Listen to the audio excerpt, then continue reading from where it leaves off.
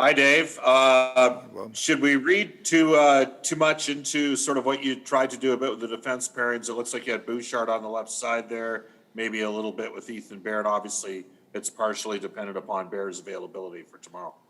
I mean, we got to talk to the doctors about Bearsy here, but just we wanted to scrimmage a little bit today with a couple days off, so we threw Bouchard over there. He's played some left before in junior, so we just wanted to have a look at him in the scrimmage today, and we'll see how things go moving forward.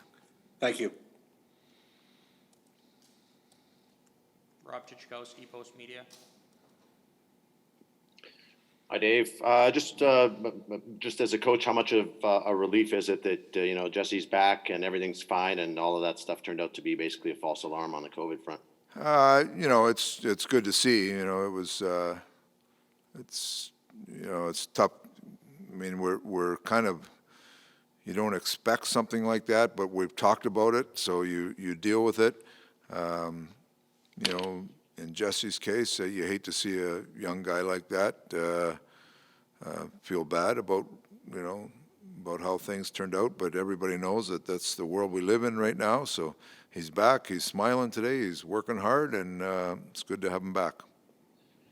Your schedule now seems to be kind of leveling out a little bit. I know right out of the gate you were playing like every second night for 21, 22 days or something like that. And how much does this normalcy kind of help with furthering the momentum that you guys have? Well, you get a little bit of time for rest and a little bit of time for practice, and the importance of every game can't be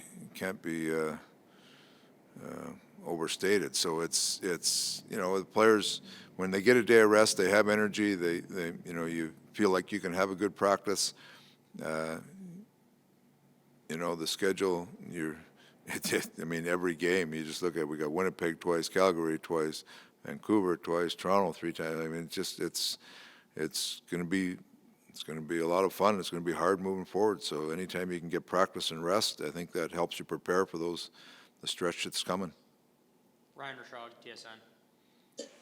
Dave, just back to the D, when you try and flip a guy from right to left or onto his off pairing, what qualities does he need to have? Which parts of the game get a little bit trickier? Well, I've had more guys over the years that are left-handers that can play right than right-handers that can play left, but I have had a couple guys, and some of it comes down to foot position and be able to open yourself up and not be locked into just going straight up the wall, So there's a few tactical things that come into play that you have to look at, and you just have to make sure a player's comfortable with that. So we're early in the process here. We'll see how things go. I guess maybe one of the benefits can be in the offensive zone. You've got a guy teed up for a one-timer there on that left point. Does that maybe give Bouchard some consideration for that? Yeah, I mean, that's certainly an option. That's probably a little more of a power play option. But if you look at, there's a lot of other parts of the game that have to be in place before you get to stand there and hit a one-timer. So he can do that well, but there's a lot of other parts that have to be in place before we get to that. Gene Principe, Sportsnet. Hi, Dave. Just so I have this right regarding Yessi, and I don't know what you can tell us, but was it just how the testing went and when he came home and how this maybe got wrapped up cleanly and faster than maybe might have been expected? Let's say Thursday. They come to us and he's pulled out, and basically the trainers say to me, he's not available to you, and that's what's said, and he's not available. And then they say he has to have some more testing done, and then once those tests are cleared up, we'll let you know when he's available. So that's basically what it comes to the coaches.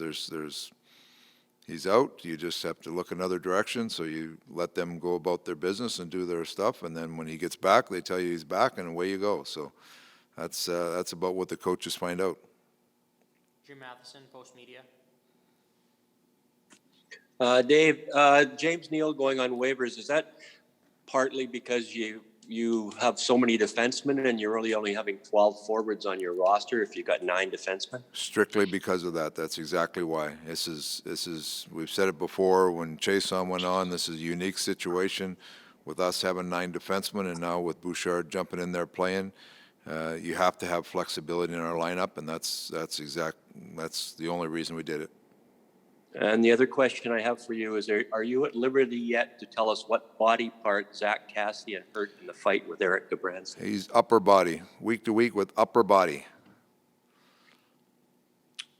Okay.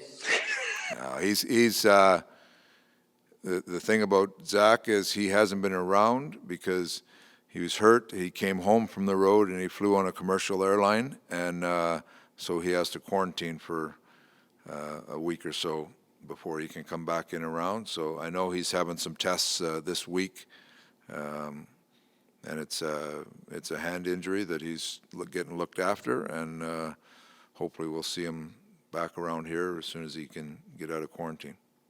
Paul Gazzola, Oilers TV. Hey Dave, just coming back to Evan and Ethan, obviously they both have some offensive upside to their game, but how confident are you in their ability to defend as a young pairing? Well, we'll find that out, I guess. You know, there's two sides of defending. You can defend hard when you don't have the puck, and you can defend by making good plays, and so don't have to defend as much. So we'll see how that goes. But Ethan Bear he's a good defender. He's a smart defender that moves the puck well and can defend well. So, you know, that's like I said, it's early in that process. We're just having a look at things just to see where we're at.